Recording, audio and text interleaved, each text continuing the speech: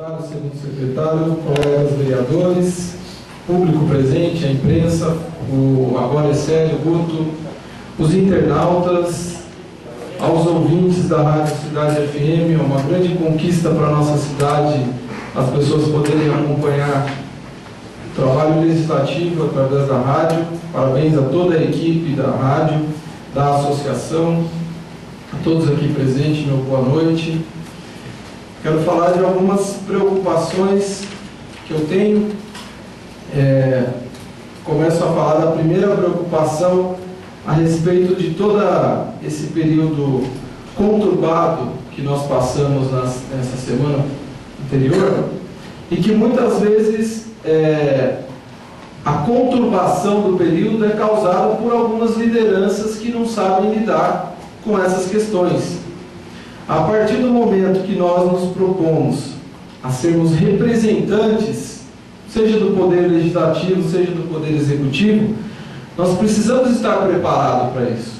Então nós vivemos uma questão jurídica, não foi uma questão de divergência entre dois poderes, foi uma questão jurídica, não foi movida por essa casa, por esses vereadores, simplesmente uma questão jurídica, e é onde ela deve ficar, na instância jurídica.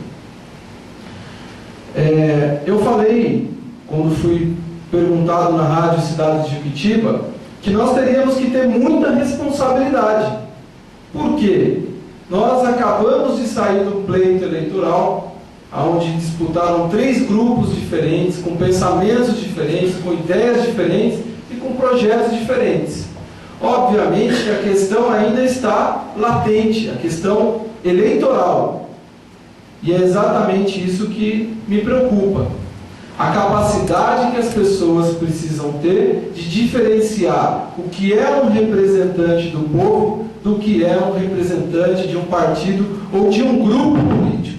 Porque nós não estamos aqui para representar um grupo político, seja ele vencedor, seja ele perdedor das eleições. Nós estamos aqui para representar a população de Juquitiba. E eu me preocupo quando nós desrespeitamos a democracia, nós desrespeitamos a liberdade que pessoas morreram para conquistar. O direito da livre manifestação do seu pensamento, seja ele religioso, político, cultural. Quando a pessoa se utiliza do cargo público, do poder oferecido pela população, para fazer com que esse poder casse a liberdade de um cidadão de sorrir, seja pelo motivo que for, olha o cúmulo que nós estamos chegando na democracia da nossa cidade. E olha o exemplo que nós estamos dando para a população. Então quer dizer que eu não posso pensar diferente. Então eu me preocupo demais, porque nós, no dia 31 de março, converso com o vereador Marlos aqui, nós temos até uma rua que nós queremos aqui discutir o nome dessa rua, porque 31 de março é uma data para que a gente reflita sobre a nossa liberdade, que foi a revolução que cassou os direitos da nossa liberdade. É um período escuro da nossa história, é um período vergonhoso da nossa história. O dia 31 de março é um dia vergonhoso para o nosso país. E foi justamente nesse período, nessa semana, em que essas coisas acontecem no nosso município. Nós precisamos estar preparados para saber o que é uma oposição. Nós que aqui estamos, temos que estar preparados. Nem todos vão pensar igual a mim, nem todos terão a mesma ideologia, nem o mesmo projeto político. Mas não é por isso que eu vou usar do poder que a população me conferiu para que eu casse esses direitos dessas pessoas. Então, o nosso país, a maior riqueza que nós temos no Brasil é a nossa diversidade de pensamentos, a nossa diversidade cultural e a nossa diversidade étnica. É o que nos faz um povo que convive com a diferença muito bem. Enquanto o mundo se degladeia entre cristãos, protestantes, muçulmanos, nós convivemos com todas as etnias, religiões e culturas. E damos um exemplo para o mundo do que é conviver com a diferença. E é a nossa maior riqueza. E quando atitudes como essa acontecem, perseguição, revanchismo, me envergonha. Me envergonha de ver um chefe do Poder Executivo tomar uma atitude como essa. Mas ainda está em tempo. Nós precisamos retomar os verdadeiros objetivos do nosso cargo, da nossa cidade. E nós só conseguiremos isso a partir do momento que possamos olhar aquele que é diferente, respeitar e aprender com ele. Porque muitas vezes é a pessoa que mais tem a nos ensinar, é aquele que não concorda com as nossas ideias, com os nossos pensamentos. Então, a todos aqueles que se prestam a ser líderes, em qualquer que seja a área, vamos respeitar as diferenças, os pensamentos diferentes, e vamos respeitar a democracia, a impessoalidade que o cargo público exige na Constituição do nosso país. A minha segunda preocupação é uma preocupação recorrente, é uma preocupação que não começou agora, com os ônibus escolares. Já vim nessa tribuna por algumas vezes falar do estado deplorável e perigoso que esses ônibus circulam, transportando diariamente as nossas crianças e adolescentes.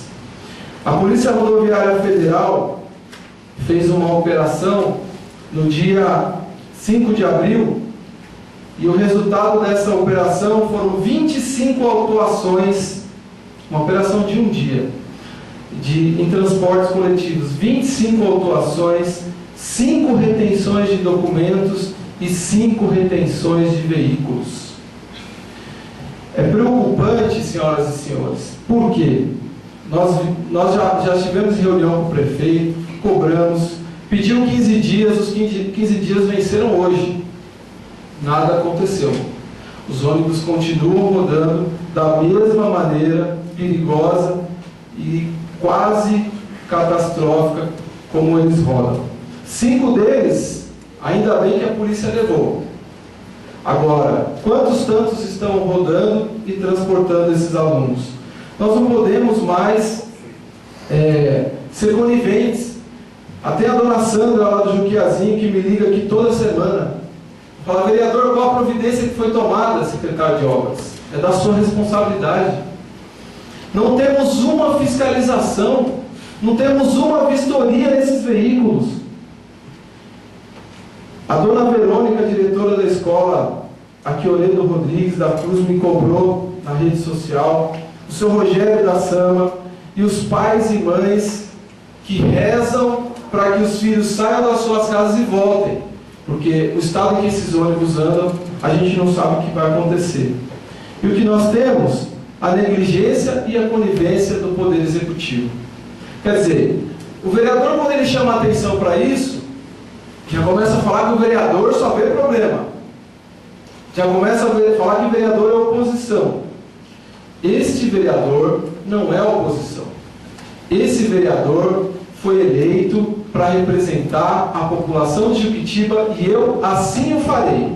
Doa a quem doer. Não tenho o rabo preso e não terei com ninguém. Terei o compromisso com a população de Juquitiba. Continuarei cobrando, acionarei o Ministério Público e ficarei acompanhando até que se resolva a questão desses ônibus vergonhosos. Isso não depende de governo anterior, isso não depende de 100, 50, 10, um dia. Isso deveria ter sido feito no primeiro dia de governo. E estamos aí já no 100º, próximo do 100º dia de negligência, conivência com essa vergonha. Eu sinceramente gostaria de entender o porquê. O que é que essas empresas têm de tão intocáveis que sequer elas são fiscalizadas? Eu começo a pensar um monte de coisa, mas eu sou responsável e ético de não falar tudo o que eu penso sem ter a devida certeza. Mas eu começo a me preocupar com o poder que essas empresas têm sobre a administração da nossa cidade. Porque não existe uma vistoria, não existe uma notificação em relação a essas empresas que estão aí transportando vidas, né, daqueles que vão buscar o conhecimento. Falar de vereador de oposição, vereador que só vê problema, nós estamos aqui preocupados em recurso. O vereador aqui foi atrás do seu deputado, conseguiu o recurso, está aguardando o projeto. Porque administração pública, o recurso não cai do céu. É muito difícil conseguir recurso. E nós só conseguimos com projetos. O governo precisa ter projetos. E na segunda-feira eu estive na prefeitura justamente atrás de projetos, porque eu trabalhei 4 anos na administração anterior, sempre busquei recursos, sempre participei de grandes conquistas para a nossa cidade, e assim eu farei e continuarei fazendo, sendo perseguido pela administração, sendo taxado de vereador da oposição ou não. Eu quero mostrar o meu trabalho. Não importa se nos olham feio lá, né, vereador? Quando a gente vai lá, né, porque a gente não tem medo de cara feia, não. Né? Cara feia a gente combate com um sorriso, porque a gente quer trabalhar. E o Marcão é assim, ele sorri bastante, é isso que torna ele uma pessoa amável, né? E ele vence os desafios com isso. E assim a gente vai fazer também. Né? Então eu estive lá na prefeitura atrás dos projetos. Né? Porque assim, o governo federal, ao qual a gente tem bastante acesso através dos nossos deputados, e tem cobrado, inclusive a Jolie falou hoje, como é que nós vamos responder, estão cobrando o Zé Mentor de ambulância? Eu fui atrás da prefeitura para ver se a prefeitura cadastrou um pedido de ambulância. Não tem. Mas não é só ambulância que eles não pediram. Pediram nada.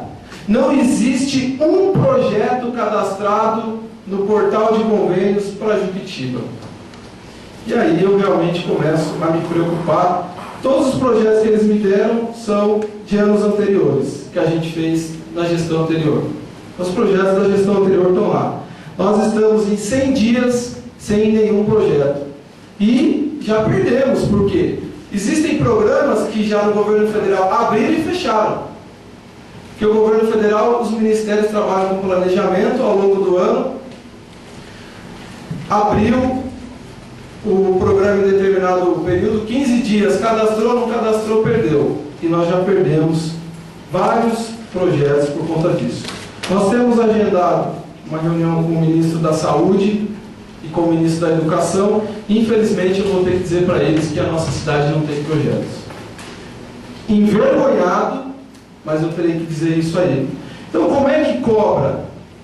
Eu gostaria de entender o que é que esse governo quer que o vereador faça. Seja cego, surdo e mudo. E incompetente, porque a gente não pode trabalhar. E o que nós estamos aqui querendo é projeto. Projeto para buscar recurso. Recurso nós traremos, mas precisamos de projetos. E não tem. E hoje a estrutura que tem lá, pelo menos de pessoal do departamento de projeto, é bonito de ver. Você chega na sala, está cheio. Fazendo o quê? Gostaria de saber. E a cidade precisa saber. Porque custa caro para o município, esses servidores todos. Né? Somos nós que estamos custeando eles. Eu sei que eles estão aí prestando contas de projetos anteriores, resolvendo problemas de outros projetos, mas a gente precisa cadastrar projetos. E nós precisamos fazer a cidade andar. Então, hoje, completamos 100 dias de um governo que não apresentou projeto no governo federal. Gostaria de falar da Sabesp. Nós teremos aqui no dia 17 de maio de 2013, às 18 horas, uma audiência pública com a Sabesp, porque eles precisam prestar contas para o nosso município. Né? Eles vieram aqui, se comprometeram em algumas questões e não cumpriram conosco. Nós precisamos cobrar nessa audiência pública esse empenho da Sabesp com essas obras inacabadas que ela deixa nossas ruas todas aí sem os pavimentos. Falar da dona Vânia, da Laranjeiras, que todo dia me manda e-mail cobrando a estrada. Dona Vânia, fiz mais uma vez aqui o requerimento. O vereador Mineiro também sempre está cobrando. Né? Secretário, gostaria de mais uns minutos para eu finalizar? Sim. Então, secretário, a estrada da Laranjeiras estão sendo muito cobrados, vamos pelo menos fazer algo emergencial lá. Quero cumprimentar aqui o Alex, que é motorista de ambulância, todos os motoristas de ambulância que se deslocam, fazem horas extras, precisam ser reconhecidos, essas horas precisam ser pagas para eles, porque eles trabalham com os veículos que a gente sabe em condições degradadas e precisam ser reconhecidos e respeitados, assim como toda a equipe lá da saúde que enfrentam as dificuldades, mas estão aí lutando para atender bem a população, os auxiliares, as enfermeiras, enfim, toda a equipe lá da saúde. Falar de conquistas, a Rua São Jorge, lá na Senhorinha, conquistamos o pavimento dessa rua. Espero que esse governo, que a obra já foi, o recurso nós já conquistamos, já foi feita a licitação, só precisa iniciar a obra, né, secretário? E parece que está andando bem, acho que essa obra não vai parar, né? Tomara, porque aquela população, desde 2010, luta por essa rua, e é só uma de muitas que a gente vai conquistar lá para todo o bairro da Senhorinha que merece. Então, a Rua São Jorge, tomara, agradeço o deputado Antônio Mentor, sempre compromissado com o nosso município, mandando recursos para cá. Para finalizar, Abel, que é uma liderança hoje, a maior liderança do Barnabés é você, Abel. Dizer que 17 anos do Barnabés, tem muita coisa pela frente que precisa ser conquistado. Espero que o Barnabés se torne maioridade, mas com um pouco mais de conquista. Hoje eu falei com a dona Leda, aquele esgoto a céu aberto, aquelas coisas lá. E tem um projeto para lá que esse governo precisa fazer andar. Nós conquistamos na gestão anterior R$1 milhão para investir no Barnabés. Está parado. 100 dias parado. Então, seria um presente para o Barnabés que essa reurbanização já tivesse começado. Mas não, é mais um projeto que está parado, precisando licitar, precisando fazer a obra, porque daqui a pouco perde o recurso. Gente, gostaria de ter vindo aqui para falar de coisas melhores, mas infelizmente são coisas que a gente tem que alertar. Muito obrigado e boa noite.